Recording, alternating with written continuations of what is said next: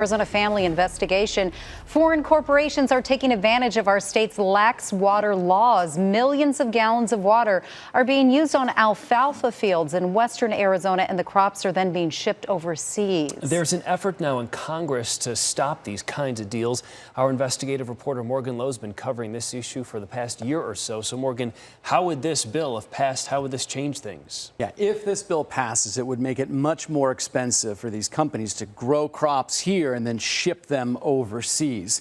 There are at least 2 giant farms in western Arizona that are doing this now, and critics say they're putting the area's future water supply at risk.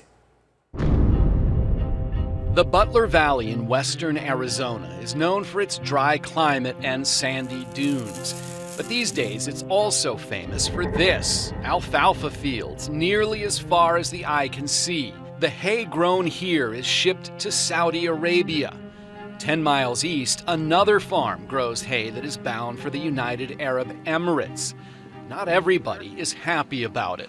They are here mining our natural resources and shipping it via hay, out of the country. La Paz County Supervisor Holly Irwin says these operations are draining water from the underground aquifers.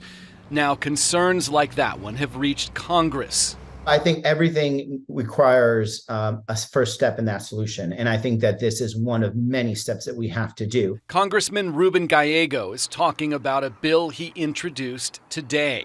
It would apply a new tax to foreign companies that grow water-intensive crops in areas that have experienced prolonged drought. Is this really a problem with foreign companies, or is the problem really that there's no regulation in much of Arizona and other companies, domestic companies, can do the same thing? It is both. You're not going to solve our water problems with one bill. I think it's important that we work comprehensively at the state level with federal government also. But this is one of the few tools that we can use at the federal level right now with this issue in particular for La Paz County to make sure that the residents of La Paz County aren't just left out to dry.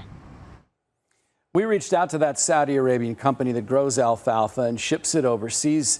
They declined to comment for this story, but the amount of water we're talking about here is significant. For that farm alone, it's enough to water more than 50,000 homes in a year. That's a ton of water. And as you've reported in the past, they use the crops grown here to feed their livestock in Saudi Arabia. So when it comes to this bill, it's a divided Congress. Is there any chance that this might actually become law?